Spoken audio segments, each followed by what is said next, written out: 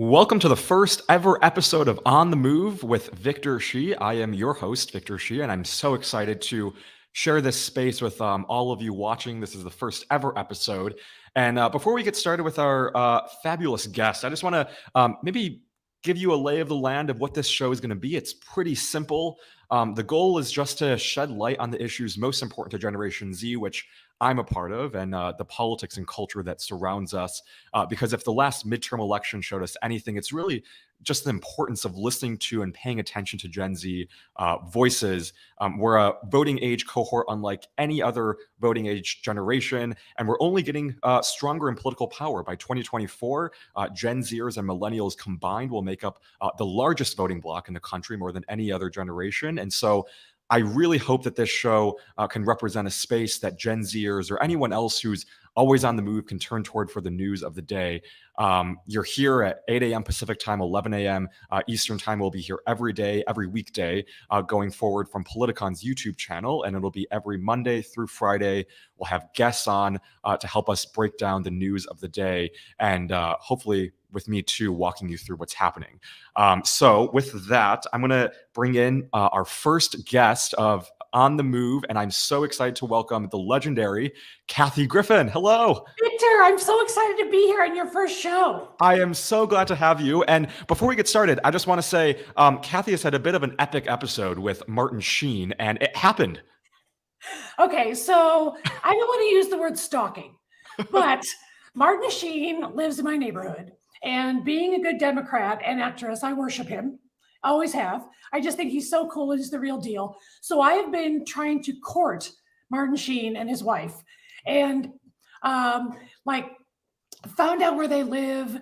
And then their son, Emilio Estevez, happened to be walking down the street one day, and I was walking and we said hi.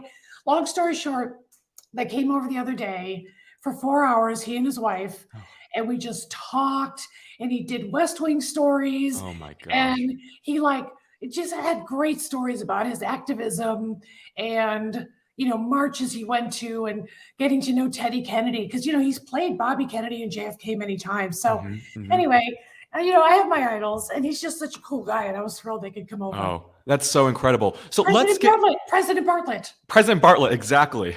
So let's get into Twitter, because you were banned from Twitter on November 6th, which was the Sunday before Election Day. And I remember because I was in DC and I got this notification from a friend saying, I think your friend just got banned from Twitter. And I was like, who? And she was like, Kathy Griffin. So I checked, and you were indeed banned. But I know how many people miss your voice on Twitter, and we'll get into how you've kind of sustained yourself on other platforms. But first, briefly explain to us what happened and how did you find out? Okay, so first of all, I got onto Twitter too late. I don't think I even got on until 2008 or something. But, when it started, it really was kind of lovely. And for me, because I'm not acting like I'm, a political person, and all the people that, of course, are on Twitter, everyone's on Twitter, the freaking Pope. And I just thought, for years, it was such a nice way. And frankly, it was primarily a way for me to connect with fans. And I don't mean to sound like, my fan base, they can't live without me.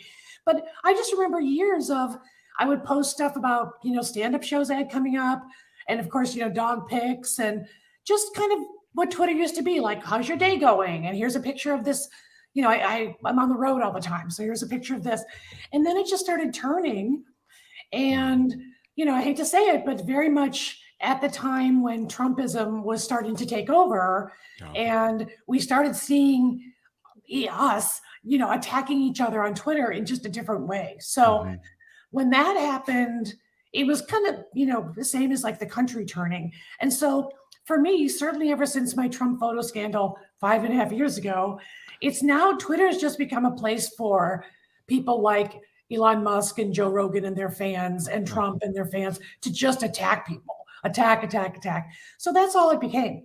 So Twitter hasn't been pleasant for many of us, certainly many women, for a very long time, of any shape and size and race and field. And, so it was late at night, and I heard that people were doing something where they were changing their nickname to Elon Musk.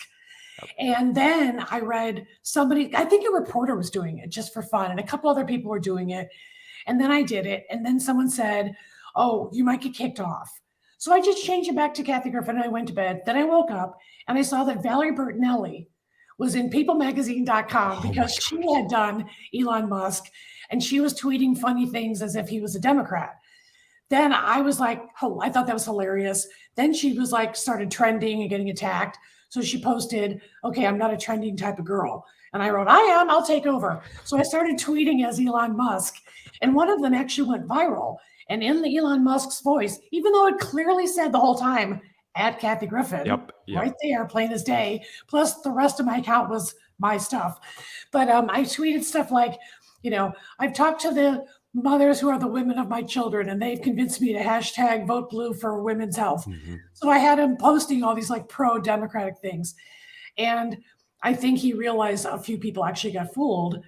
So he started tweeting about me without saying my name, like anyone who impersonates me. And then he suspended me. And then his fans were like, yeah, man, do it. Take her off, kick her off. And then he kicked me off permanently. And then he just took all the tweets off my account. And it's fine. But then when he name checked me, then it was like, I got a call from every publication almost around the world and all this other stuff. And people were like, he spelled your name wrong. And that was on purpose, I think. But the thing I didn't like is he included me with, I'm going to let Kathy Griffin back on, as well as Jordan Peterson, Sacramento Bee or somebody, and then Donald Trump. That's the part that I didn't like. I'm like, do not put my name in a tweet with those psychos. So yes, I now I have my sock account, which is my dead mother's account. May she rest in peace. Maggie would love it. So This is why you are legendary, Kathy. I mean, to me, my mother would be on her deathbed and she'd be like, take that guy down. And so would my dad. Yes, exactly. Well, to me, there's this broader concern about what happened. And I'm wondering if you agree with this. And it's this kind of inability of so many people to distinguish between comedy and just kind of trolling. Yeah. That's the thing that as a comic makes me crazy because social media, it does take away all nuance and all context. And so we all know, I'm sure everybody has posted a joke that someone took as not a joke. Everybody, and then you have people being like, I mean, you can post a dog picture and the dog can be posed like this. And people are like, that pose makes makes dogs sick. So we've all experienced that. But to have it come directly from that army is like too much. So honestly, I am thrilled to be off Twitter because it just became a very, very toxic, really scary place for women in particular. And like I said, when I say women, of course, I mean women of color, women of all ages, So we'll see where it lands out. But as a comic, I love watching the Elon meltdown. Oh my gosh. Did you see the picture he posted today? Yes, with table. Oh yeah. With two guns. They're toys, but they're two guns and 4 caffeine-free Diet Coke cans. Yeah. Which is not butch. I'm just going to say. It's not that like the ladies, that's not a panty dropper for ladies. Caffeine-free Diet Coke. Money is no object. And you want to go to bed early. Come on. I mean, it's so wildly irresponsible to post that picture. And I mean, I before we get into some of the other accounts that you've used, what do you think Elon's end goal is? And I know you've talked to Kara Swisher and other people who have kind of really dived into Elon Musk. But I mean, some of the things like firing critical teams at Twitter, restricting access to the building, bringing back Trump onto the platform and Marjorie Taylor Greene. I mean, what do you think he's trying to do here? Well, have you noticed how his tens of millions of members of his army, they love to post like, yeah, Elon cut 75% of the staff and Twitter's never been better. Yeah. And that's crazy. First of all, besides the fact that it's all commercials, it's all ads. It seems to be kind of like what Reddit is, or it'll obviously just turn into, I'm not on those, but we've all seen pictures from Truth Social and Getter and Gab and Parler and Telegram. And it's just, I don't know what his end goal is because I guess he just wants to own one of those. And yet last night he posted, hey, let's have some more liberals on here. We want to have civil discussions, which they don't at all. No. So I don't know I don't know his end game because honestly, he just seems like he's in like Kanye self-destructive mode. Yeah. But I've been saying Musk, Kanye, Chappelle, and Rogan are 4 forces that have really, really big armies. Yeah. And I have nothing against Joe as a comedian, but it does make me kind of sad and fearful that his army is so all in with the Musk way of thinking, the DeSantis way of thinking, and it doesn't turn out well for people of color and ladies. Yeah, I mean they're all in, but I think the most important thing to remember is that there's more of us than there are of them, but they're just the loudest, and so Yeah. we can all push back. Let's go to your other platforms. So you're on Mastodon, you're on TikTok, you're on Yes. Post, you're on Yes. Instagram, Facebook. Which one is your favorite? What has been your experience like on Okay. maybe particularly Mastodon and Post? You're going to laugh because, first of all, the fact that I joined, first of all, I'm 62. So what the hell am I even doing on TikTok? But I actually had somebody in my industry say, hey, you should do a TikTok. And it's a good way to just have fun and stuff like that. So once again, I'm so late to the party, but I actually really enjoy TikTok. Now, I'm also fearful of their ownership. I've read the stuff and, who knows? TikTok could turn, I mean, Twitter turns so fast, anything could happen. But that's why I'm on TikTok is, believe it or not, in my industry, that's actually a good following to kind of try to get. And then I like Mastodon because I like that it's sort of democratically run and there's human beings that run servers around the world. And the guy who runs my server, rides a bike and lives in the Netherlands. And, so I like it. But let's face it, we wish we could have all the bells and whistles of Twitter without the Nazis. And so I'm in the beta process over on Post. And I just have concerns because I think the guy who started it, Noam, I don't know if you say Bardan or Barden, but he's the guy from Waze. Right. And he seems cool. And I like Scott Galloway, and that's great. But I'm very concerned about that guy, Mark Andreessen, because he's like a Peter Thiel type of venture capitalist with ties from everybody to Roger Stone to the Flynn brothers. And I think he's a guy like Musk who has a real interest in disassembling democracy. I mean, I hope we can just find a civil place where there are no right-wing trolls, where we can just find a community to share information. And so I was at your house and we explored Post, and Post is not a bad platform. It's pretty clean. I think it's interesting. And it's funny, the guy that I'm worried about lives a few blocks from me. And so Mark Andreessen is rather notorious in the neighborhood, period. But I see guys like that and I get worried because I had no idea Musk was like this. I mean, when I got on Twitter, I didn't even know who Jack Dorsey was. Yeah. And I think that guy turned out to be really scary. Like I'm worried about, like, one minute Dorsey was at Ferguson and I kind of thought he was one of us. And the next minute he's rolling with Elon and helping out with this transition.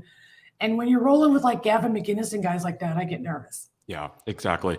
Well, Kathy Griffin, this has been so amazing. Thank you so much for joining. This has been wonderful. You're not on Twitter. You're from your dead mother's account, but you're elsewhere, and we are so excited to follow along. And just thank you again for joining the first episode of On the Move.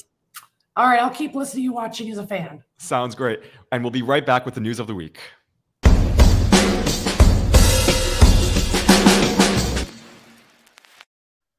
Well, so that was Kathy Griffin, the legendary Kathy Griffin, and there are so many people like Elon Musk out there who are just intimidated, I think, by women and strong and capable and smart women. And so, she's on other platforms, Mastodon, TikTok, like she said, and Post. So be sure to follow her there. But let's briefly discuss what you should expect this week in the news and some of the things that I'll be watching out for. The first is over the weekend, I think we all heard about what happened with Trump dining with Kanye West and Nick Fuentes, who is a white nationalist and who is a Holocaust denier. I'm paying attention particularly to what Republicans are going to say about this, or really what Republicans won't say about this. Time and time again, they've had the chance to condemn anti-Asian hate. They've had the chance to condemn anti-Semitism coming from within their party, but they've really bucked the opportunity at all costs. And this is just going to be the latest, I think, indication of this Republican Party that is just so beholden to Trump and unwilling to call things out for what they are. And it'll be interesting to see what happens. So I'll be paying attention to that. So what happens with Trump and Kanye West and Nick Fuentes.